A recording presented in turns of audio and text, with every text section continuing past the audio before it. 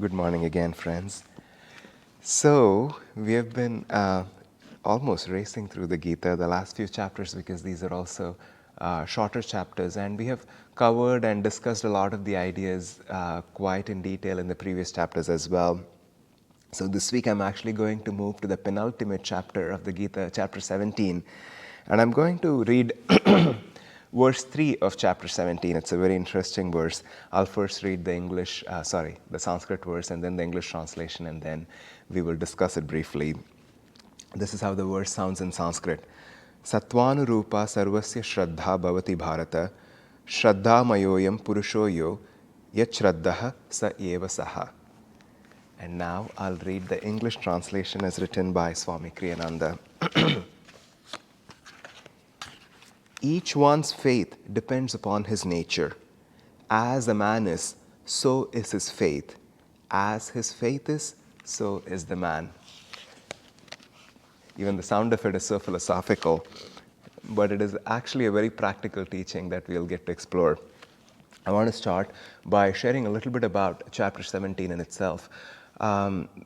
Last week we looked at these chapters of the Gita talk about human nature in great detail, even starting from the chapter where we looked at the nature of the battlefield. In the last chapter, we looked at godly and demonic qualities, the seeds of energies that are present within us that manifest themselves as spiritual and what Krishna calls demonic, but maybe we can also use the word delusional, because they're demonic in the sense that they take us away from our own center and the essence of divine within us. In this chapter, actually, it is talking about spiritual practice. But again, in this 17th chapter, Krishna goes back to the idea of the three gunas. The three gunas are so central. I think I'll perhaps do a longer exposition as part of a different video. I'm not going to talk more about it in this week's topic.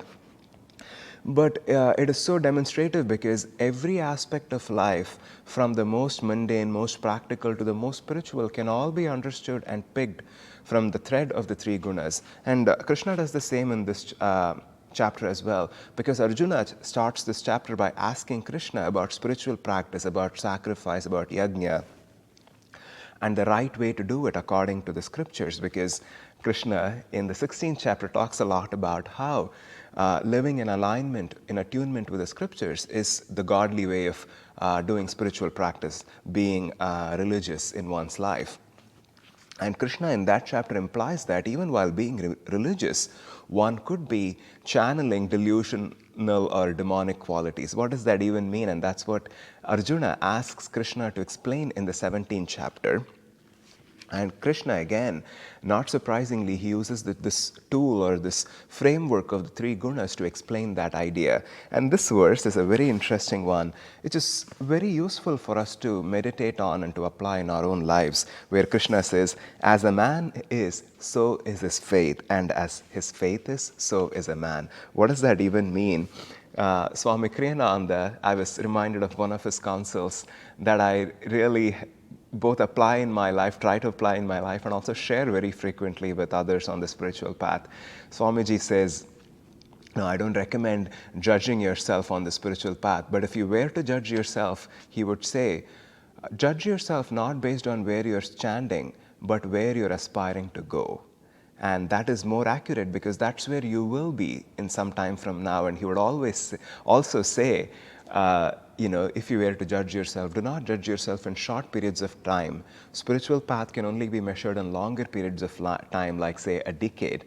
Now, a decade is so short in comparison to the trajectory of our own soul and our spiritual journey, but it feels so long just in the perspective of one incarnation. But even though it feels very long, that is the only reasonable measure of time with which we can understand or try to look at our own spiritual life. But going back to the first point, to be defining ourselves not based on how we see our personality or how we measure ourselves right in this moment, but rather based on where we are wanting to go. That is exactly what Krishna is preaching in this verse. A man is defined by his faith, and his faith defines a man. Swamiji, while commenting on this verse, he starts by speaking about words in themselves, how words are symbols, and how they have different connotations for different people. Even simple words, I was just thinking of this example, which I often share because it is so demonstrative again of just how in the East and West, especially in the Western culture and in a culture like India, how you would associate this idea of comfort. In the West, it is often associated with the words warm or, just the feeling of being comforted with heat. Like you would say, a warm welcome or a warm embrace and stuff like that, because you can imagine the English language comes from Europe, and winters can be quite gruesome and dark and cold, and just that warmth of embrace is something that people yearn for. So it is only obvious or self-evident why people use that word. I live in California, where it doesn't get all that cold, and right now it's supposed to be spring, but it's very warm outside 8 a.m. in the morning. So still, we use the same expression because that's where the language comes from, and it's a connotation that people have in their minds. And I think of Indian languages, especially my mother tongue being Tamil, which comes from the southern part of India, which is very, very tropical, very hot, pretty much all around the year. And even most of India is fairly tropical in its weather. And we use the words cool and cold to describe comfort. Because on a hot summer day, when you're outside, all that is comforting is the cool breeze. The word warm does not necessarily have that same sense of comfort. Of course, in my mother tongue, we use the words for cool. And even in the Sanskrit language, the Sanskrit word shitala is often used. It's cooling, but it has a connotation of comfort, of feeling this sense of being held, being pleased. Being comforted. That's what the subtle meaning of that word implies. So in that sense, I'm sharing all of this just to talk about how the same concept, same idea, based on the symbols that we use to communicate, can have very different expressions. And Swami goes on to say it can be applied to other subtler philosophical ideas as well, just like the word home. The word home, for some people, if all their recollection of childhood and what they were seeking, what they were recollecting was all about relationships and the warmth of familial connection and all the times they shared together, the word home is going to bring up images of these close relationships, excuse me, and the setting in which it was shared. But for somebody else, if somebody was just poverty stricken and they didn't have space growing up, they're going to think of a white picket fence and a huge front yard and a backyard and just a lot of space. Just that word home can trigger a completely different image. And if you're from India, there's no yard, there's no white picket fence. All you're thinking of is a very nice flat apartment and maybe very tastefully decorated with beautiful clean granite floors or whatever it is. That is the image of that ideal apartment or home for you. But that is so telling as an example of how, based upon where we are, we associate different images, different feelings are awakened within us by the same symbols. And that the same is true just with the word God. Simply the English word God. The English word God is certainly not the ideal word to talk about that concept because it is so, it is so bland.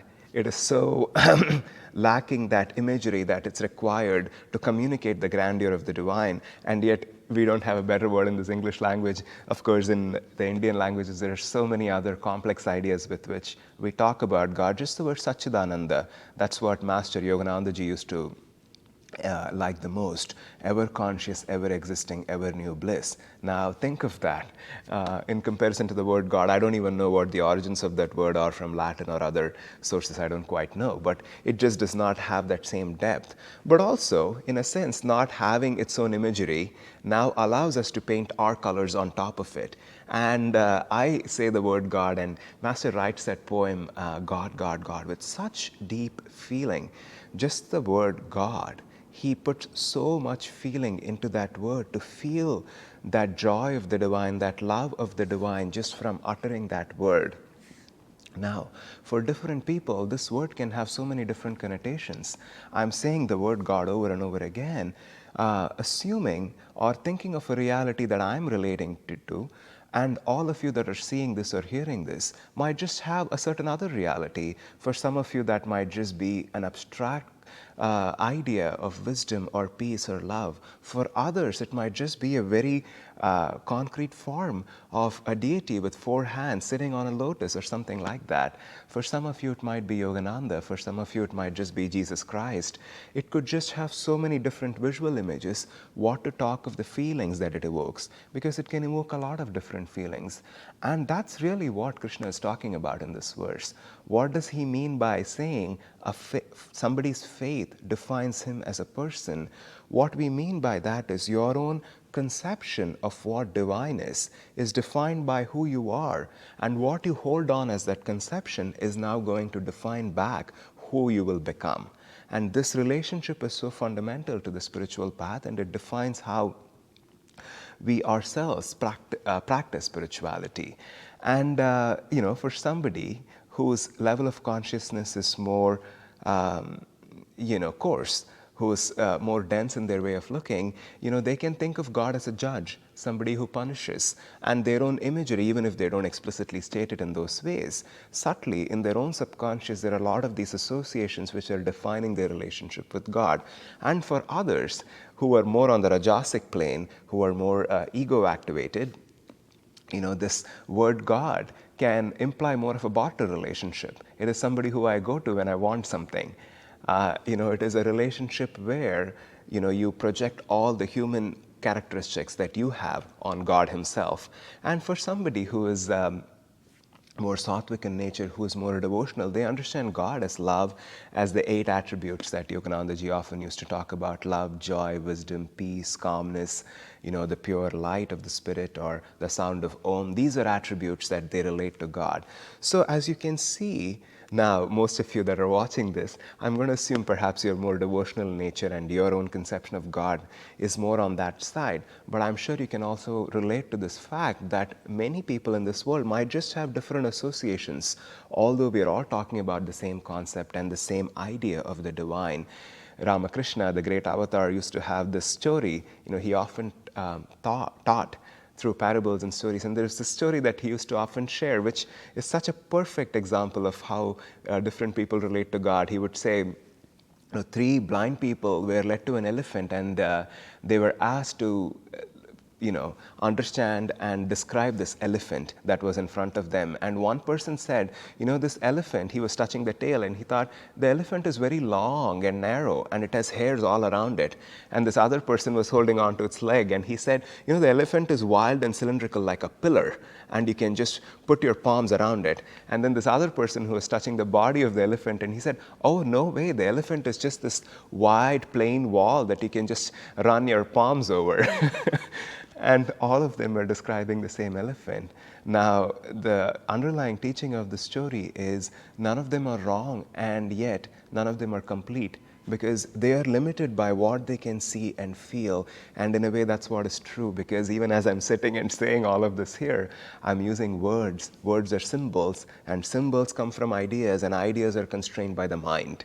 So, and the mind itself has only so much capacity to understand, comprehend, what to speak of, communicate them so clearly. So in a sense, we are limited in how we talk about these things because, like I said, language is limited and the human mind is limited in its comprehension. But God is so far beyond what anybody can put in words in that way or can limit in that form. And depending upon our nature, depending upon the combination of the 3 gunas that are present within ourselves, we tend to project different characteristics on the divine. And going back to that quote by Swami Kriyananda, that wise counsel that he gave, it is not so much where we are in our own current state and how rajasic or tamasic we are, but we can use the second part of that equation. Faith defines a man. Man defines his faith, and faith defines him back. So even as we are, our faith is bound to be defined a little bit by that. But no matter what or how we define that faith, if we are able to hold on to the truth itself as a pole star, as we have been seeing in these last few verses of the Gita in the 15th and the 16th chapter, if we are able to hold to that objective perception of truth as presented by the scriptures, as presented by a wise teacher, if we are able to tune into God in those sattvic forms, then that image itself starts to define us back. It starts to make us more sattvic. And that's why Swami said, you have to judge yourself based on your aspiration. And believe it or not, sometimes you hear what people's aspirations are. And I don't at all mean to sound judgmental. The word judge seems to have a very strong negative connotation to it. But you just wonder, if that's really what you're aspiring for, then I cannot see you going very far in your own pursuit of the divine. If all that you're aspiring for is worldly success, if your measure of everything that you admire, everything that you want to be, is just a pop singer, or somebody who has made it big in Hollywood, or somebody who has accomplished a lot in the financial world, or whatever it is, then obviously that's the limit of your accomplishment. That's all you can go to. But if your aspiration is an avatar, if your aspiration is a saint, if your aspiration is one of the 8 attributes of God, then your potential to define yourself and to grow and to expand your consciousness is, for all practical reasons, limitless. So that's why we come back to this idea of using the scriptures and attuning to saints and attuning to avatars to define our own spirituality and faith. And that in itself is the only teaching that Krishna comes back to again and again in chapter 17 of the Gita. Now, I want to talk a little bit about these 3 levels of devotion, the three gunas, and the 3 levels of practicing spirituality. Now, as I was already saying, the sattvic way of practicing spirituality is tuning into the divine for that pure love of God Himself, or God herself, however you conceptualize God in your own mind. God is, of course, beyond gender. And any saint in any great religion is a great example for that. They seek God not for any material pursuit. In fact, they're so intoxicated by the love of the divine that starts to completely change who they are. There's this again, there's so many lovely stories from the life of the great avatar Ramakrishna. I keep going back to them anytime I want to demonstrate something. There's a story of when Swami Vivekananda, when he was the young man Naren, he came to Ramakrishna, and at this time Naren was going through financial difficulties. I think he was surviving his family, which had fallen into financial hardships. And Naren was a very passionate young man, and he was obviously seeking the divine, and he was a very serious yogi. And he comes to Ramakrishna for spiritual counsel. He says, I don't know what to do. I'm just in all this financial hardship. I want to dedicate myself to the spiritual life, but these things are holding me back constantly. And then Ramakrishna, in a style-like manner, he says, oh, why don't you go to Mother and ask her? Why don't you just go to Kali and tell her what your problems are, and she'll take care of it? And then a few days after that, Vivekananda comes to Ramakrishna, and Ramakrishna says, did you ask her? Did you ask her for all the things that you want, things that you need for your family and such? I know she will take care of it. And then Vivekananda says, I couldn't. I did not even think I needed to ask her. Every time I go, I walk into the sanctum, and I feel like I've entered this huge palace of gold and jewels and diamond, and I'm asking her for these few paltry grains of rice. I just cannot do that. How could I possibly do that? So you can see, when we ourselves are so sattvic in our devotion and our relationship with our God, it's not wrong to ask God for material fulfillments if we are desperately seeking them and we need them in order to make it on this material plane. There's nothing wrong about that. But as you see, the more we become sattvic, it almost becomes impossible. We see every challenge, every grain of rice, or every diamond or every piece of gold that comes to us as simply a gift from the divine. We don't impose. A wise friend of mine once said, everybody wants to have a relationship with God, but most people want that relationship to be purely advisory in capacity. They just want to go tell God what they would like for Him to do. And they don't have that same capacity to actually listen, to actually know what it is that God is trying to teach them. So, and that leads us into the next form of devotion, the Rajasic kind, which is essentially advisory in its capacity. It's not, again, I don't mean to say any of this with any judgment, but it's just interesting for us to watch, as I'm sure all of you have seen as well. You see, most people's relationship with God is all about telling God what they would like, what they would not like, what He should be doing, what would be a better idea for Him to do, and that's where their consciousness is stuck. And again, a beautiful story from the life of Swami Kriyananda. He shares once he was in the Vishnupad temple in this holy city in India called Gaya. It's a very, very, very ancient city in not too far from Benares, in the north central part of India. And Swamiji used to go to this temple. I think he was regularly visiting and meditating there and praying. And a priest once approached him asking, I see you often praying with such depth and such centeredness. What it is that you're praying for? Is there something I can help you with? And Swami said, I'm just praying for the good, for everybody in this planet to be well and to spiritually grow. I'm just praying for the love and the grace of God. I'm not praying for anything particular. And this priest was just so shocked by what Swami said. And he was so touched, and he said, I've never heard anybody say something like that. All I hear from people day in and day out is they're praying for, their father who's sick, they're praying for their daughter to get married, they're praying for their son to get this job, they're praying for this and that, and they're praying for better harvest next cycle. They're praying for more money, good health. I've never seen or heard of anybody who's praying for the welfare and the goodness of everybody on this planet. And, it is touching, but also it's unfortunately the truth, is most often when most people approach God, it is with this long list of demands of what I want and what I like and what I don't like. Again, you can see that is the Rajasic way of practicing devotion. That is this way of creating this barter relationship with God of I'll give you that, you will give me this. So again, it is not to say that we cannot ask the divine. As Yoganandaji says, we have to demand as children of God whatever it is that we need. But what is implied in that counsel is also, if we are children of God and God is our father and mother, God is not a merchant. So whatever father and mother give us, we also take it as coming from this place of great compassion and love, as having this open relationship with our own parents to be able to say, oh, I want this, I want that.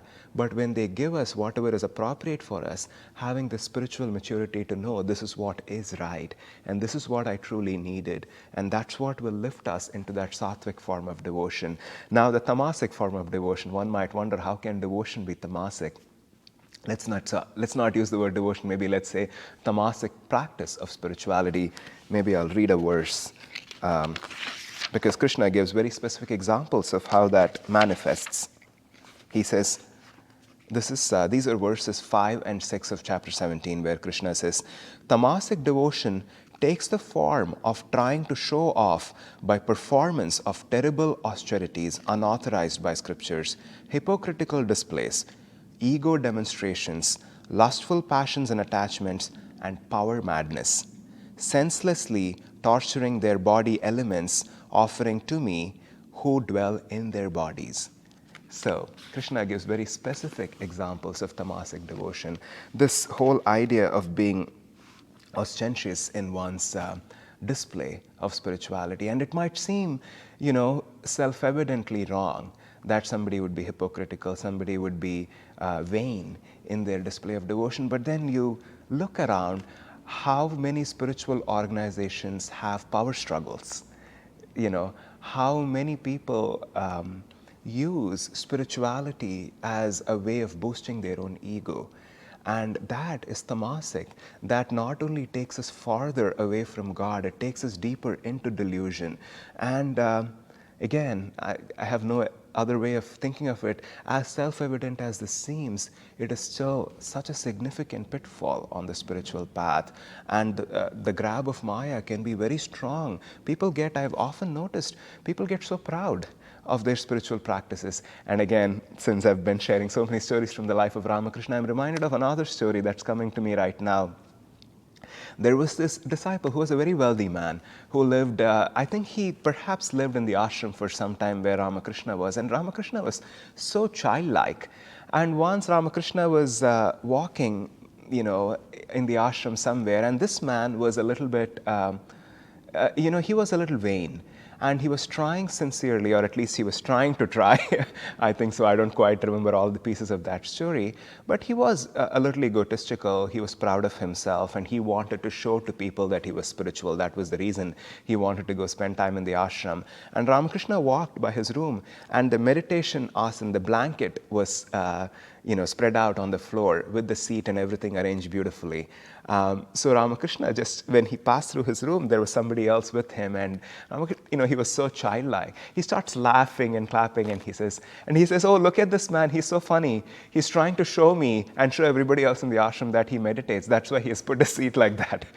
And Ramakrishna could just read into the whole situation. The reason this man had left his seat out like that in the middle of the day was not because he had forgotten to fold it after his meditation practice, but he just wanted everybody else to see that he does meditate.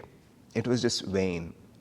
And Ramakrishna was not, again, being judgmental or critical, but he was just laughing at that folly of human nature where we fall into that tamasic mode of even spirituality, where we become attached to how we are perceived, that pride of hypocrisy and all the other egoic delusions that even spirituality can be tainted by. I'll end with this one thought, which is sort of balancing all of this. I don't quite remember which verse this is. This is in chapter 7 of the Gita, maybe 16 or 17, where we went through the four forms of devotees, the Artha, Artharthi, Jignasu, and Jnani. Those who seek God in times of distress, those who seek God for material fulfillments, those who seek God because of intellectual curiosity or for fascination of phenomenon, and those who are wise and seek God because they know that is the only thing worth seeking.